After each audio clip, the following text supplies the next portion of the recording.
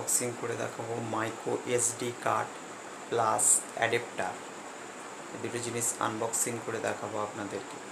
আর চ্যানেলটিকে যদি আপনি নতুন হয়ে থাকেন তাহলে চ্যানেলটিকে সাবস্ক্রাইব করুন, পাশের দেওয়া বেল আইকনটি প্রেস করুন, লাইক করুন, বন্ধুদের কাছে শেয়ার করুন।